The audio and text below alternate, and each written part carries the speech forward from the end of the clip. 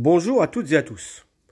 Aujourd'hui, nous allons voir comment rattraper une table en teck qui a été grisée par le temps.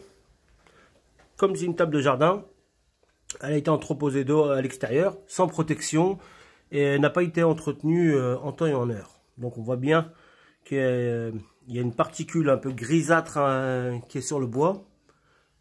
C'est typique des bois exotiques. On voit bien au pied, c'est un peu pire. Donc voilà, il y a la partie centrale qui est également grisée, mais un petit peu moins que les autres. C'est comme si une rallonge, elle a dû être souvent pliée, donc un peu mieux protégée. Mais elle est quand même à entretenir et à rattraper également. Donc, pour ce faire, je vais utiliser d'abord un nettoyant dégrisant pour mobilier de jardin. En fait, ça va être pour enlever toute la partie grisâtre qu'on peut observer là. Et ensuite, on va utiliser une huile rénovatrice spéciale teck et bois exotique. On voit qu'il y a écrit spécial bois grisé. C'est-à-dire qu'on peut en fait l'utiliser tel quel, hein, sans préalable mettre le dégrisant. Mais vu l'état de cette table là, je préfère appliquer d'abord un dégrisant et ensuite l'huile. Voilà, c'est parti. On commence par prendre le produit, on le secoue énergiquement. Ensuite, on applique au pinceau. Donc moi le bouchon il est assez gros, hein, donc je peux tremper directement le pinceau à l'intérieur. Et ensuite, on va dans le sens du bois. Donc voilà. Le premier tiers de la table est imprégné. Ensuite, ce qu'il faut faire, c'est laisser agir 15 minutes.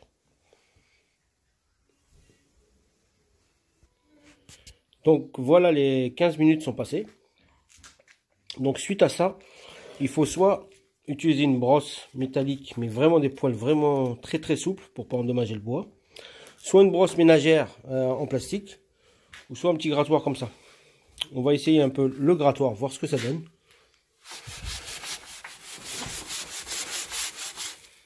Donc on voit bien la partie grisaille s'en va.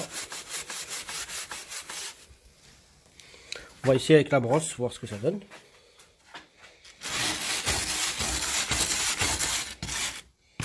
On voit bien que ça part. Hein. Toute la partie grisaille s'en va.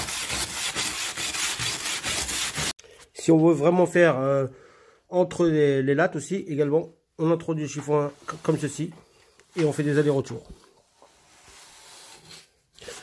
Donc là, la première partie est pratiquement finie. Oubliez les pieds. Comme on voit, hein, toutes les parties s'en vont. Tout ce qui est grisé.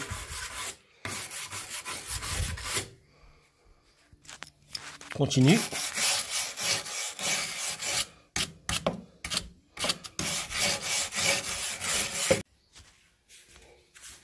Donc là, je continue sur les autres parties de la table.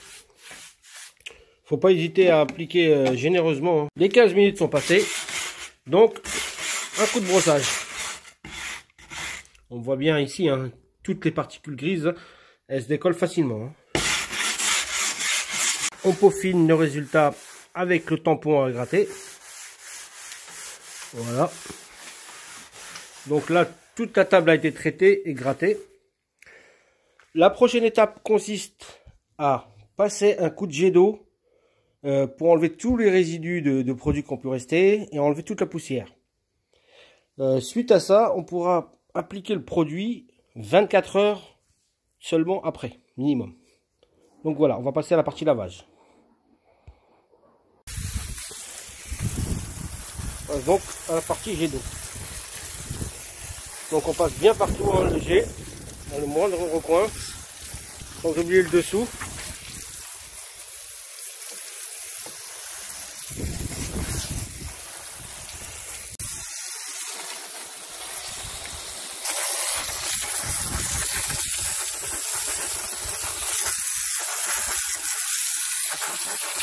J'insiste bien sur le nettoyage à l'eau, il est obligatoire.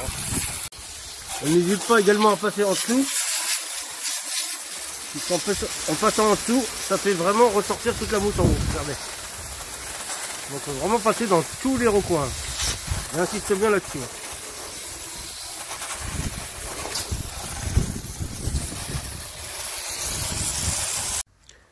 Voilà le résultat après séchage. Toute la grisaille est partie. Là, ce qu'on voit, c'est le bois brut. On peut constater que tout est parti. Jette un petit coup d'œil sur les pieds. C'est nickel. Ça fait une bonne base pour appliquer l'huile. Sachant que l'huile, il faut vraiment l'appliquer sur un bois vraiment propre et nettoyé. Il ne faut pas qu'il y ait de la lasure ou du vernis dessus. Là, c'est pas le cas. On a une bonne base pour pouvoir appliquer le produit.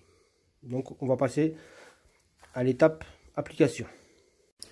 Donc, j'ai bien mélangé le produit. Ensuite, je le mets dans un récipient. Travaillez bien dans une pièce bien aérée ou alors à l'extérieur. Utilisez bien des gants. Donc, on apprenne bien le pinceau et on vient appliquer une couche dans le sens de la fibre du bois. La première partie est terminée. On voit bien la différence entre avant et après. Ça va assez vite avec un pinceau assez large. Le plus compliqué, c'est vraiment l'interstice qui est formé entre les lattes de bois. Là, il faut vraiment faire un coup dans ce côté-là et un coup de ce côté-là. Ça, c'est un peu plus compliqué à voir. Suite à cela, il faut laisser sécher un quart d'heure et essuyer avec un chiffon doux et non pelucheux les excédents de produits.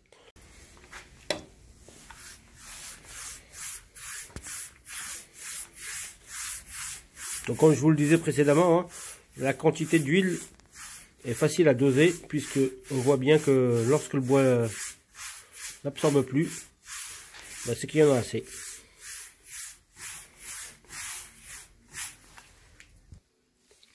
Pour les tables qui ont des rallonges, faut pas oublier cette petite partie là. On écarte un petit peu les deux plateaux, on fait cette partie là et cette partie là. La partie rallonge est terminée également. Je vais passer à l'autre partie.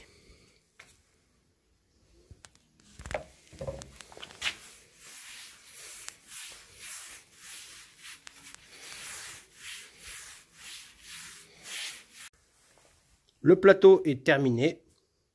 Je vais m'attaquer au pied.